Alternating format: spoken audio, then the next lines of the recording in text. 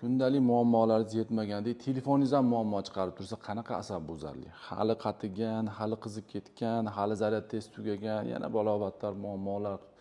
Telefon sizga yordam berish kerak bo'lgan apparat sizga asabingizni buzib, teskarisi muammo bo'lib turgan bo'lsa, nima qilish kerak? Biz shu sahifamiz aynan shunaqa muammolarni yechish.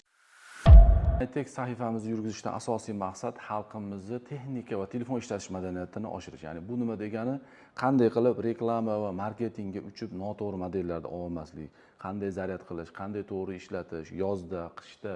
Sahifamizga kirsangiz, aktualnilar ichida har bitta modellarnikini alohida tartib bilan joylashtirganmiz.